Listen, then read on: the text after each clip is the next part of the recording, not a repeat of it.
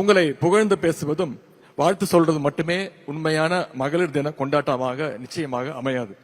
உங்களுக்கான அந்த பொருளாதார சுதந்திரத்தை உறுதி செய்வதுதான் உண்மையான மகளிர் தின கொண்டாட்டம். அதற்கு ஒரு சிறந்த எடுத்துக்காட்டு தான், உதாரணம் தான் இங்கே நடக்கக்கூடிய இந்த சிறப்பான நிகழ்ச்சி. ஒருமுறை தந்தை பெரியாரிடம் பெண்களுக்கு உரிமை கொடுக்கணும்னு சொல்றீங்களே, அவங்களுக்கு என்னென்ன உரிமை கொடுக்கணும் அப்படின்னு கேட்டாங்க. அதற்கு பெரியார் கொஞ்சம் கூட யோசிக்காம சொன்ன பதில், ஒரு ஆணுக்கு என்னெல்லாம் உரிமை இருக்கோ அந்த உரிமையெல்லாம் பெண்ணுக்கும் இருக்கணும்னு சொன்னார். அதுதான் உண்மையான பெண்ணுரிமைன்னு தந்தை பெரியார் உணர்ந்தார். இதுதான் நம்முடைய திராவிட இயக்கத்துடைய கொள்கை. அதனால்தான் திராவிட முன்னேற்ற கழகம் எப்பொழுதெல்லாம் ஆட்சிக்கு வருதோ அப்பொழுதெல்லாம் பெண்கள் முன்னேற்றத்திற்கு என்னவெல்லாம் செய்ய முடியுமோ அதையெல்லாம் தொடர்ந்து திட்டங்களாக செயல்படவும் கொடுத்து வருகின்றது. முத்தமிழர் கலைஞர் அவர்கள் இந்தியாவிலேயே முதன்முறையா மகளிர் சுய உதவி குழுக்களை தொடங்கி வைத்தவர்.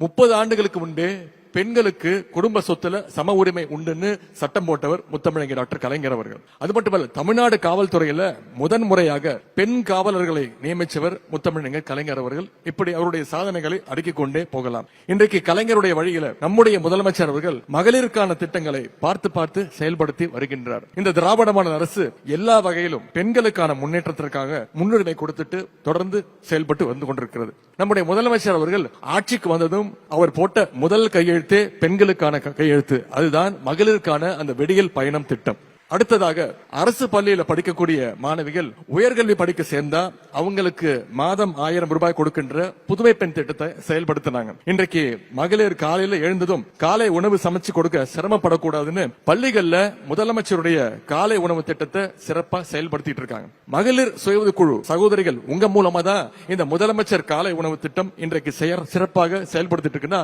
அதற்கு நம்முடைய முதலமைச்சர் போட்ட உத்தரவு தான் காரணம். உங்க மூலமா செயல்படுத்துவதால் தான் இன்றைக்கு காலை உணவு திட்டம் மிகப்பெரிய வெற்றி திட்டமா, மற்ற மாநிலங்களுக்கெல்லாம் ஒரு எடுத்துக்காட்டு திட்டமா அந்த திட்டம் இந்தியாவுக்கே வழிகாட்டி கொண்டிருக்கிறது. அது மட்டும் இல்லாம எல்லாவற்றுக்கும் மேலாக இன்றைக்கு இந்திய ஒன்றியமே திரும்பி பார்க்கின்ற வகையில் கலைஞர் மகளிர் உரிமை திட்டம் மூலம் 1,15,00,000 குடும்ப தலைவிகளுக்கு மாதம் 1000 ரூபாய் கொடுத்துட்டு இருக்கிறார் நம்முடைய முதலமைச்சர் அவர்கள். இந்த வரிசையில தான் இன்றைக்கு மகளிர் தினத்தை முன்னிட்டு சுமார் 3000 கோடி ரூபாய் வங்கிக் கடன் இணைப்புகளை நம்முடைய முதலமைச்சர் அவர்கள் வழங்கி இருக்கிறாங்க. கடந்த 4 வருஷத்துல மட்டும் கிட்டத்தட்ட 1,05,000 கோடி அளவிற்கு வங்கிக் கடன் இணைப்புகளை நம்முடைய திராவிட மாடல் அரசு வழங்கி இருக்கின்றது.